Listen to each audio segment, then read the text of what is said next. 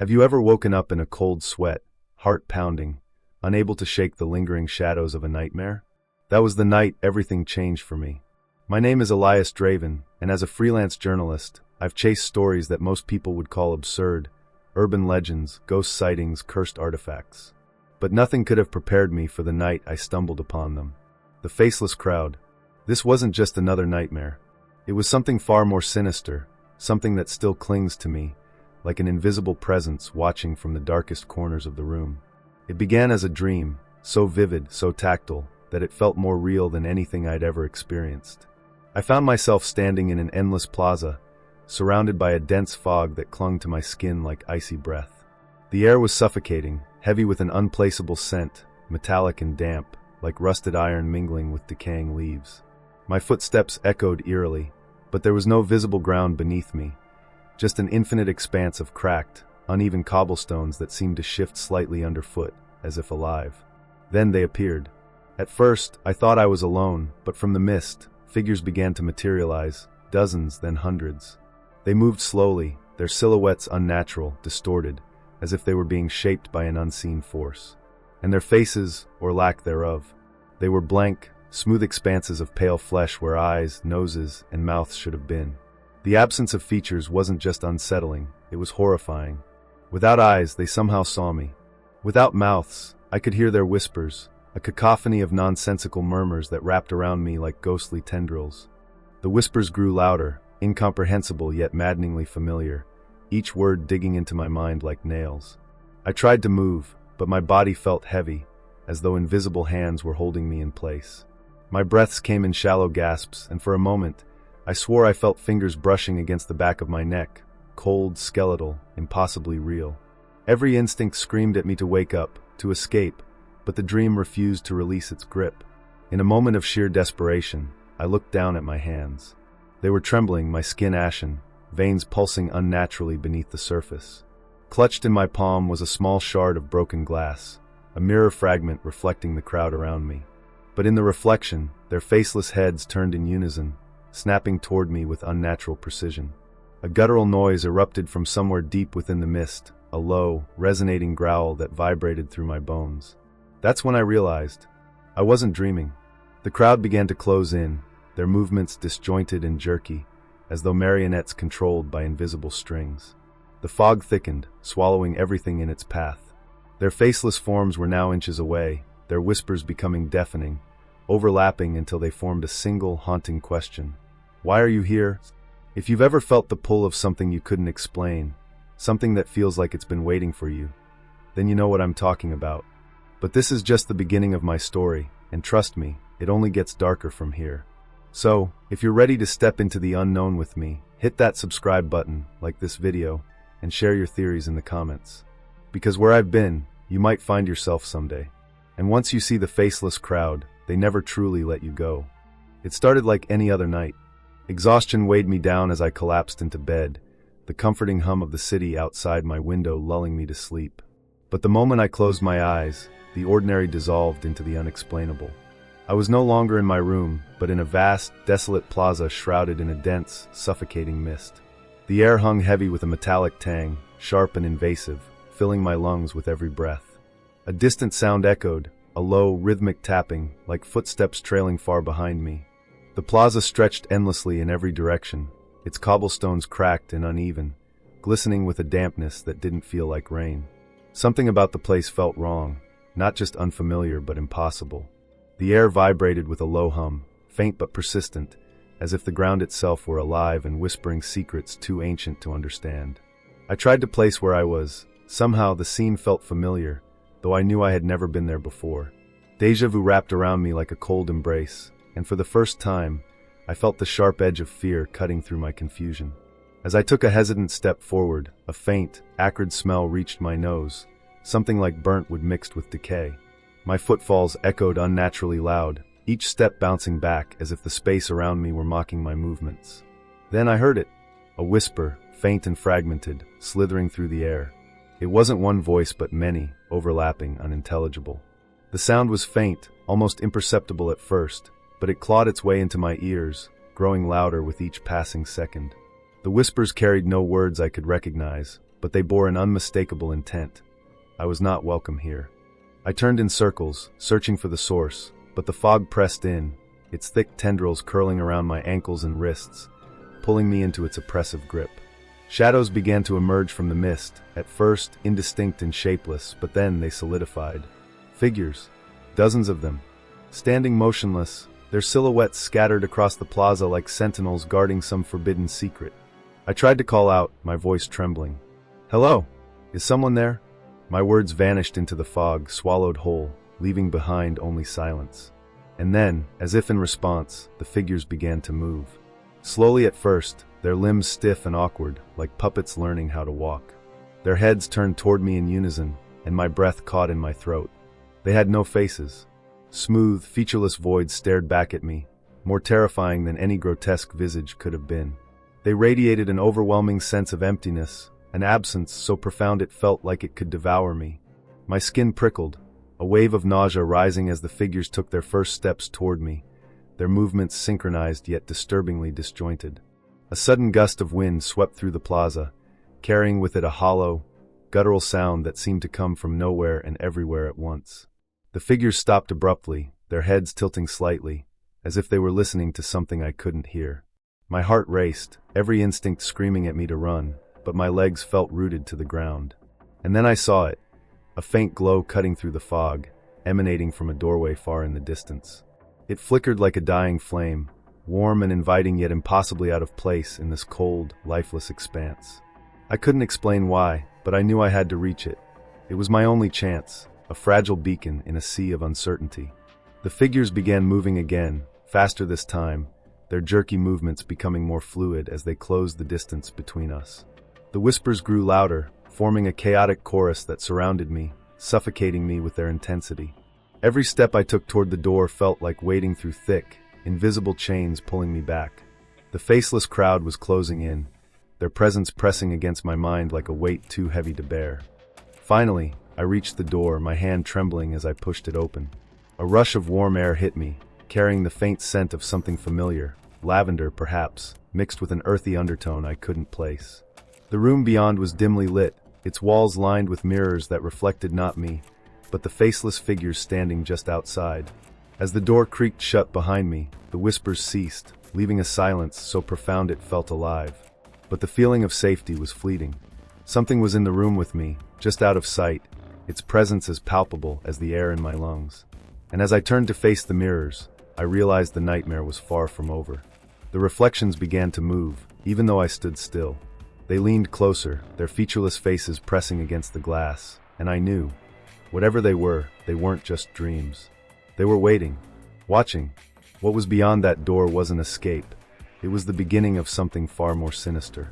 Inside the dimly lit room, my breathing was the only sound, echoing off the cold walls like a cruel reminder of how alone I was. The mirrors surrounded me, but they were wrong, each reflection distorted, shifting subtly when I wasn't looking. My reflection seemed to ripple unnaturally, and behind me, faint shadows flickered and danced, as if something were moving just beyond my line of sight. The air carried a peculiar chill, the kind that bites at your skin and worms its way into your bones. Yet, beneath the cold was something worse, a faint vibration, a pulsing energy that made my chest tighten and my thoughts race. The whispers returned, but this time, they didn't come from outside. They seeped from the mirrors themselves, soft at first, like a breath against glass. They grew louder, sharper, filling the room with fragmented phrases in a language I couldn't understand.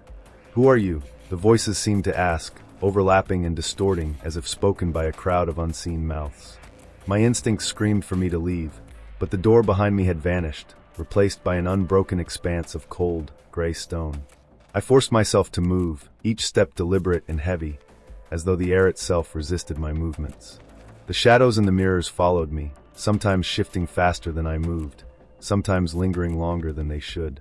As I approached the largest mirror, I noticed something, a faint smudge in the corner of the glass. Leaning closer, I realized it wasn't a smudge at all, but a symbol, etched faintly as if carved with trembling hands. It was the same symbol I had seen in the plaza, a jagged, looping mark that felt ancient and foreboding. The symbol pulsed faintly, its edges glowing with a dim, sickly light. As I reached out to touch it, the room seemed to shudder, the walls trembling as a low, guttural hum filled the space. My fingers brushed the surface of the mirror, and suddenly, the reflections in every pane of glass froze. No longer distorted or shifting, they stared back at me, unnervingly still. Except they weren't me. The figures in the mirrors were the faceless ones from the plaza.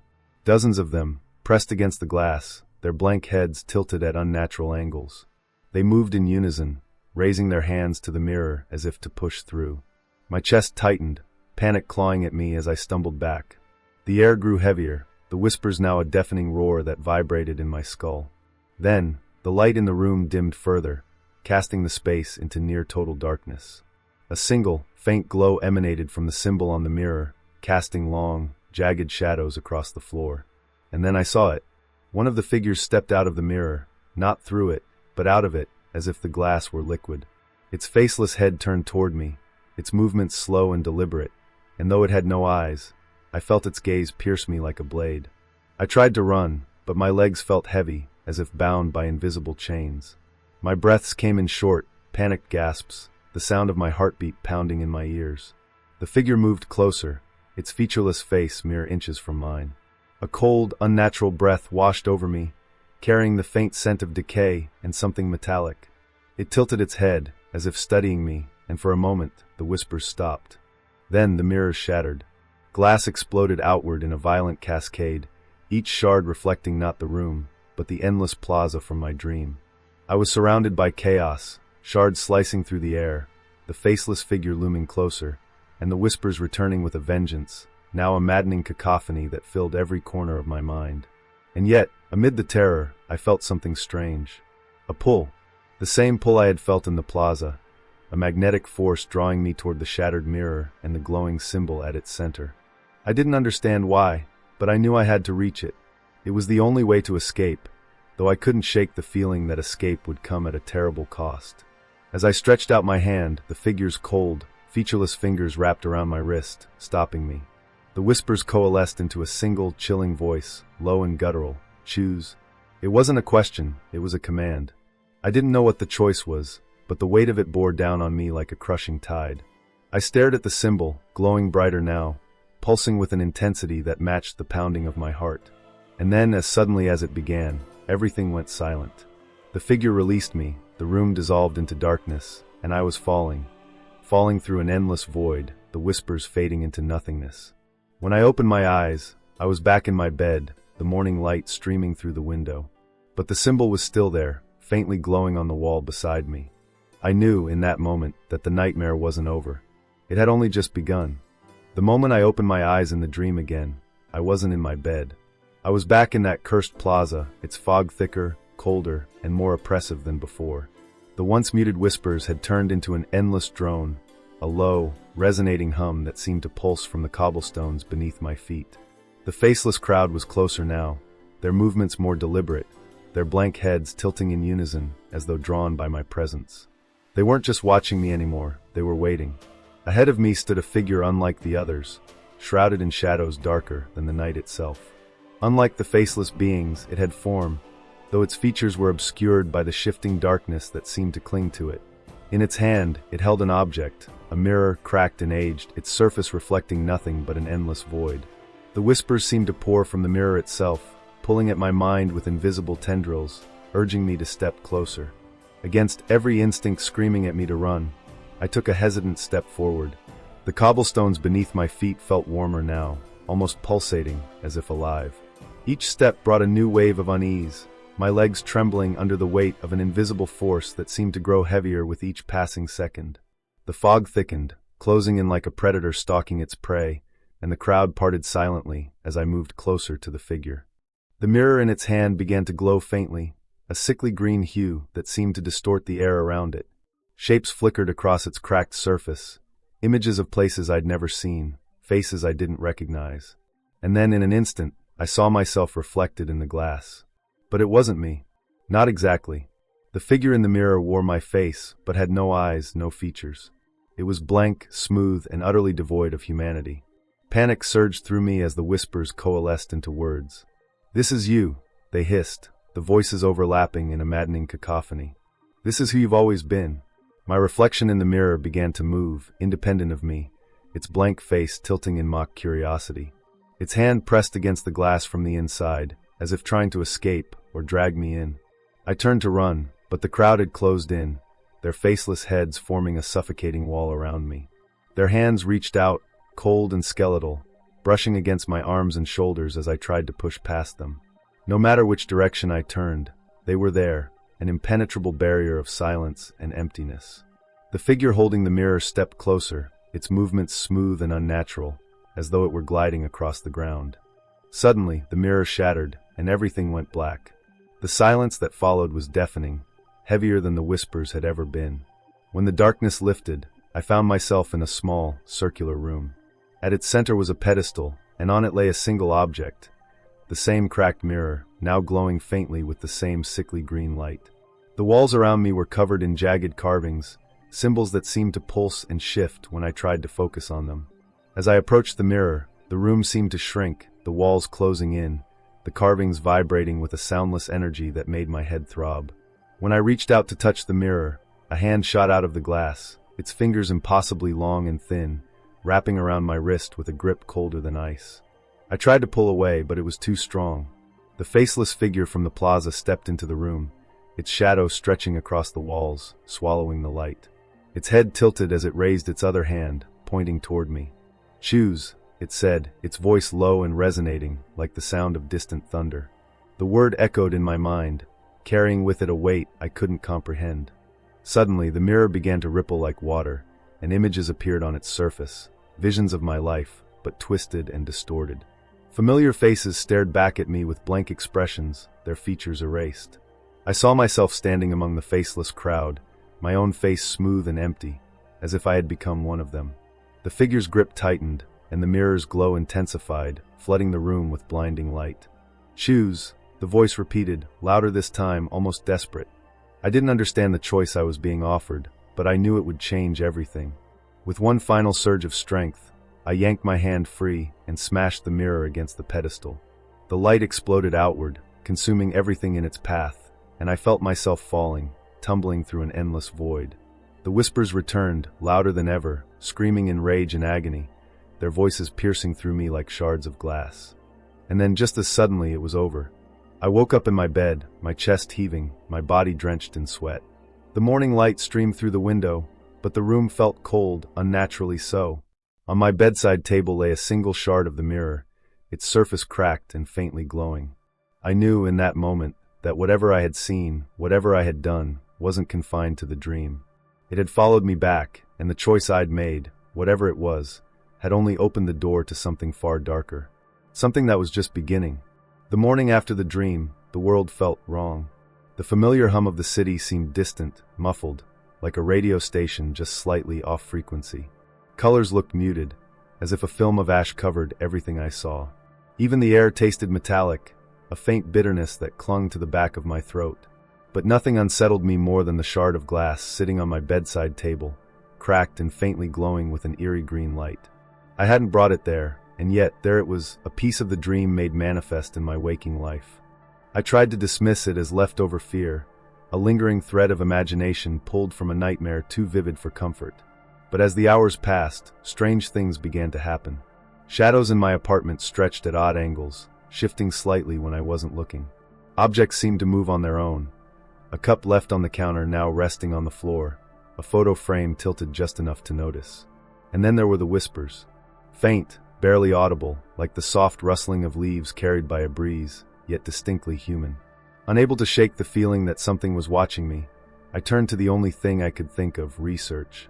I typed the details of my dream into the search bar: faceless crowd, plaza in the fog, broken mirror glowing green. At first, the results were mundane: articles on sleep paralysis, dream symbolism, and urban legends. But buried among the noise, I found something chilling: a thread on an obscure forum about a phenomenon called the Faceless Ones. The posts described encounters disturbingly similar to mine. People reported dreaming of a foggy plaza, surrounded by faceless figures, only to wake up with objects from the dream appearing in their homes. Some claimed to have seen the same glowing symbol etched into mirrors, walls, even their skin. But the worst were the accounts of disappearances. Users who had shared their stories in vivid detail, only to vanish from the forum entirely, their profiles left untouched but eerily silent. As I read, a cold sweat broke out on my skin. One post, in particular, stopped me in my tracks. It described a plaza identical to the one in my dream, complete with the shifting cobblestones and oppressive fog. The user wrote about hearing whispers, seeing the glowing mirror, and waking up with a shard of glass in their hand. But what truly horrified me was the final line of their post. If you see the symbol, it's already too late. Desperate for answers, I began digging deeper. Cross-referencing forum posts with old articles and archived images, I stumbled upon something unexpected, a photograph of a real plaza. My blood ran cold as I stared at the screen. It was the same plaza from my dream, down to the cracks in the cobblestones and the oppressive fog clinging to its edges. The image was dated decades ago, accompanying an article about a series of mysterious disappearances in a small, isolated town. The article described how several residents had vanished without a trace after reporting strange dreams and sightings of faceless figures. One line stood out like a knife pressed to my throat. Locals believe the plaza is cursed, a gateway between worlds where the faceless ones claim their victims. The name of the town was familiar, though I couldn't place it at first. Then it hit me. It was where my grandmother had grown up, a detail I had only vaguely remembered from childhood stories. A sinking feeling settled in my chest as I realized this wasn't just a dream. It wasn't random. It was personal. The symbol, the plaza, the faceless crowd, everything was connected, not just to my nightmare, but to my past. My grandmother had once spoken of shadows in the fog, and a place you must never go. At the time, I had dismissed it as folklore, the ramblings of an old woman. Now, those words felt like a warning I had failed to heed. I called my parents, hoping to learn more about my grandmother's past, but the conversation only deepened my unease. They mentioned an old journal she had kept, filled with strange drawings and cryptic notes, but it had been lost years ago during a move. My father hesitated before adding something he'd never told me. Your grandmother used to wake up screaming about a mirror and a faceless crowd. She said they were waiting for her.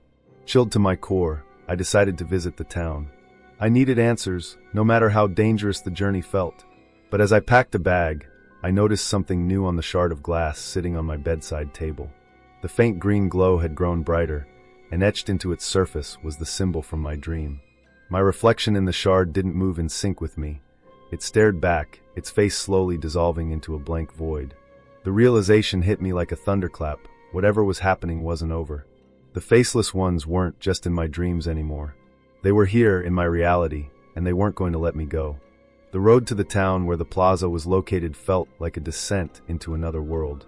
As I drove, the landscape around me seemed to grow darker, more muted, as though the sun itself was retreating. The trees that lined the road were gnarled and twisted, their branches reaching like skeletal fingers toward the sky. Even the air felt different, heavier, colder, and laced with a faint metallic tang that reminded me of the dream. Every mile closer to the plaza heightened my sense of dread, an oppressive weight settling in my chest like I was heading towards something I was never meant to see. When I arrived, the town was as desolate as the articles had described. The streets were eerily empty, the windows of the houses dark and uninviting, as if the entire place had been abandoned to the passage of time. Yet, it didn't feel completely empty. Shadows seemed to shift in the corners of my vision, and I couldn't shake the feeling of being watched.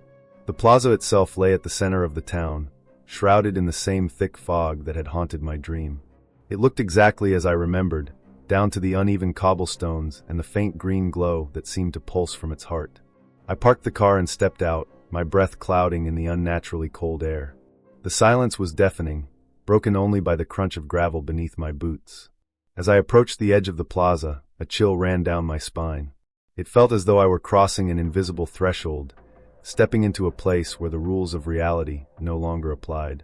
The fog closed in around me, swallowing the world beyond the plaza and leaving me in an eerie, otherworldly void. In the distance, I saw movement, a solitary figure standing motionless at the center of the plaza. At first, I thought it was one of the faceless ones from my dream, but as I drew closer, I realized it was a man. His clothes were tattered, his face pale and gaunt, as though he hadn't seen sunlight in years.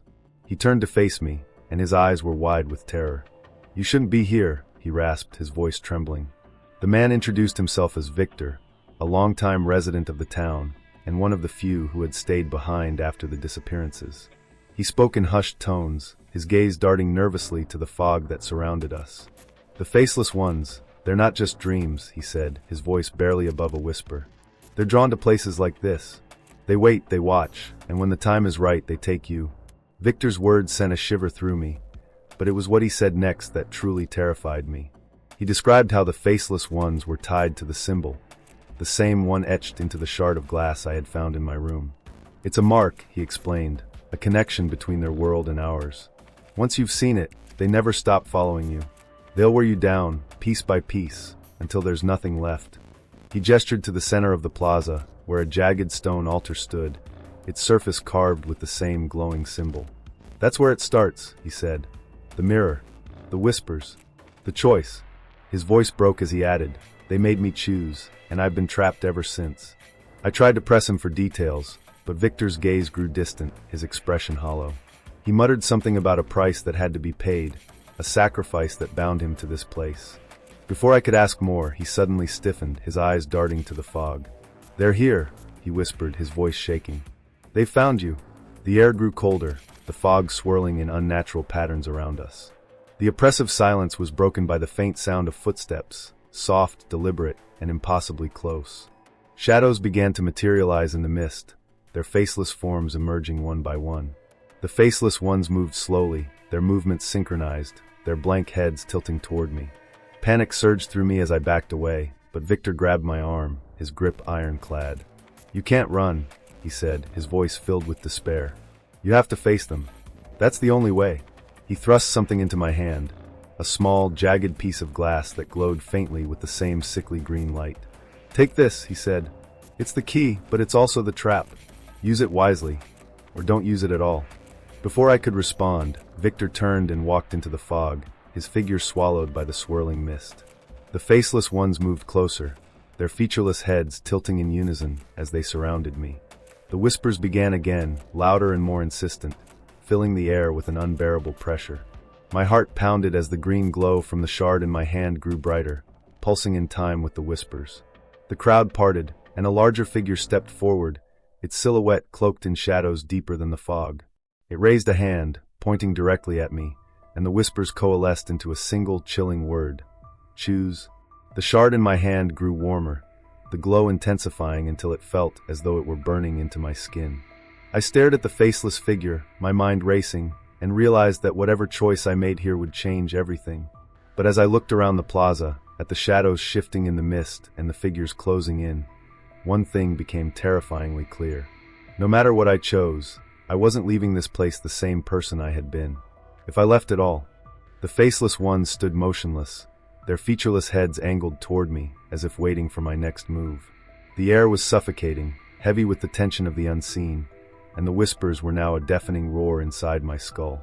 My pulse thundered in my ears as I clutched the glowing shard Victor had handed me, its jagged edges digging into my palm. The figure cloaked in shadows stepped closer, its presence commanding and utterly alien. With each step it took, the whispers became more distinct, coalescing into fragments of words that clawed at the edges of my sanity. The mirror, the choice, the truth. At the heart of the plaza, the stone altar glowed faintly with the same sickly green light emanating from the shard. The symbol carved into its surface pulsed rhythmically, as if alive. I felt drawn to it, not by curiosity, but by something deeper, an instinct I couldn't fully understand. The shadowed figure raised its hand, and with a voice that seemed to reverberate through my very bones, it spoke a single command: place it. My feet moved on their own, carrying me toward the altar. The shard in my hand grew warmer, its glow intensifying until it felt like it was alive, pulsing in time with my racing heart. As I reached the altar, the whispers grew louder, forming a chaotic chorus of voices, some pleading, others warning, and still others urging me forward. The faceless ones watched silently, their presence oppressive, as though the weight of their gaze alone could crush me. I placed the shard on the altar. The moment it touched the surface, the air around me exploded into chaos. The fog thickened, swirling violently, and the whispers turned into screams, echoing endlessly in the void. The glowing symbol on the altar flared brighter, casting long, jagged shadows across the plaza. The ground beneath my feet trembled, the cobblestones shifting as if the earth itself was alive and writhing. The shadowed figure raised its arms, and the mirrors I hadn't noticed before began to emerge from the fog. Dozens of them surrounded the plaza, their surfaces cracked and smeared with something dark and unidentifiable. Each mirror reflected not the scene around me, but different versions of myself. Some were unrecognizable, twisted, distorted, faceless versions of who I might have been, or who I could become. As I stared, the figure spoke again, its voice low and resonating with an unnatural gravity. See yourself. Choose your truth. The words hung heavy in the air, their meaning elusive, yet impossibly clear. The reflections began to move. One by one, they reached out from their mirrors, their movements slow and deliberate. Their eyes, or the voids where eyes should have been, locked onto me, and I felt a pull, as though they were trying to drag me into their world. Panic surged through me as the figures pressed closer, their hands clawing at the edges of the glass, their whispers now directly inside my mind. The largest mirror, positioned directly in front of the altar, began to ripple like water. From its surface emerged another figure, identical to me in every way but one. It had no face. Its blank head tilted as it stepped forward, its movements fluid and inhuman. My breath caught in my throat as it raised a hand, pointing at the shard now embedded in the altar. And then I saw it. The shard was no longer glowing. It was absorbing the light, pulling the green luminescence into itself like a black hole devouring stars. The whispers turned into a singular voice, deep and resonating. This is the end. This is the beginning. The faceless version of myself stepped closer, and I realized with growing horror that it wasn't just mimicking me. It was replacing me. I could feel it, an invisible force peeling away pieces of my identity, my memories, my very essence. The longer I stood there, the more I felt myself fading, my mind unraveling like a thread pulled too tight. Desperation took hold. I grabbed the shard from the altar, ignoring the searing heat as it burned into my hand. The moment I lifted it, the world seemed to freeze. The mirrors shattered all at once, shards raining down like jagged stars, and the fog receded, revealing the endless void beyond the plaza. The faceless version of me stood frozen, its blank head slowly tilting as if in confusion. For the first time, I felt the balance shift. The shard in my hand glowed brighter than ever, and with a surge of adrenaline, I plunged it into the symbol carved into the altar. The effect was immediate and cataclysmic. The ground beneath me split open, a chasm of blinding light erupting from the earth. The faceless ones dissolved into the air, their forms unraveling into wisps of shadow that vanished into the void. The shadowed figure let out a low, guttural sound, rage, pain, or perhaps both, before it too was consumed by the light. I was thrown backward, the force of the eruption sending me sprawling across the cobblestones. When I opened my eyes, the plaza was gone. I was lying on the floor of my apartment, the morning sun streaming through the window. My hand throbbed, and when I looked down, the shard was still there, its glow now faint and flickering. But the nightmare wasn't over. As I sat up, I saw it. The same symbol, etched into the wall across from me, pulsing faintly as if it were alive. And in the corner of the room, just out of the reach of the light, stood a figure. Faceless, motionless, waiting. I realized then that I hadn't won. Whatever choice I'd made, whatever I had done, had only opened the door wider. And now they were here, watching, waiting for the next move. When I woke up in the hospital, the first thing I noticed was the silence. It wasn't the comforting quiet of safety, but an unnatural stillness, a void where sound should have been. My body felt heavy, my mind disoriented, as though I had been pulled from a place far beyond this reality. The fluorescent lights above me flickered faintly, casting uneven shadows that seemed to stretch and twist across the sterile walls. A nurse appeared, her face etched with a mixture of concern and confusion. She spoke softly, but her words barely registered. "You were found unconscious, in the middle of an abandoned plaza." The mention of the plaza sent a chill through me, and my hand instinctively clenched at my side. I felt something cold and jagged in my grip. Slowly, I opened my palm to reveal the shard of glass, the same shard from the altar, its faint green glow now dimmed to a pulse barely visible in the bright hospital room. The nurse noticed it, her expression shifting to something between fear and disbelief. That wasn't there before," she stammered, backing away slightly. I wanted to explain, to tell her about the faceless ones, the altar, and the mirror, but the words wouldn't come.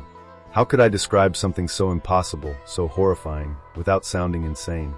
Over the next few days, I tried to piece together what had happened, but my memory was fragmented, like a broken film reel missing crucial frames.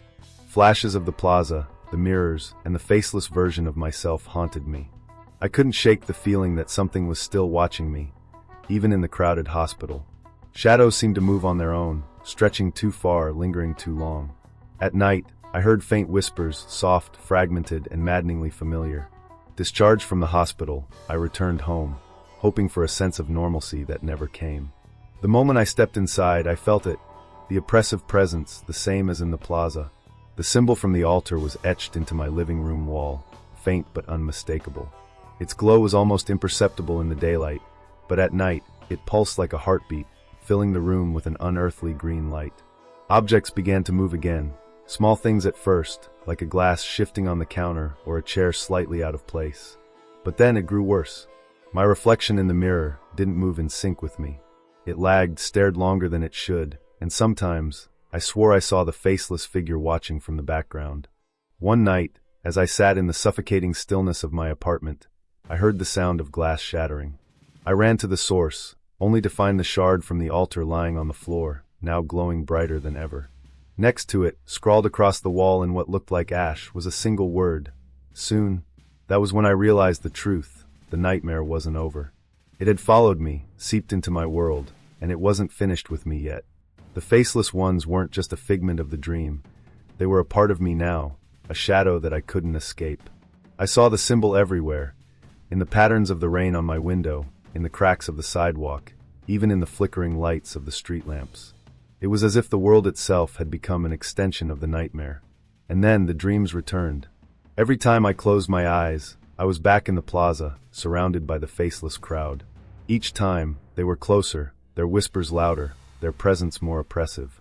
They didn't move, didn't attack. They simply waited, their blank heads tilted as though silently judging me.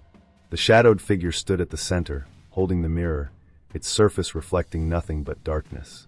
The worst part was the growing realization that this wasn't just about me. The symbol, the shard, the whispers, they were a door, and I had opened it. Whatever I had unleashed wasn't confined to the plaza or my mind anymore. It was spreading, reaching out into the world, drawing others into its grasp.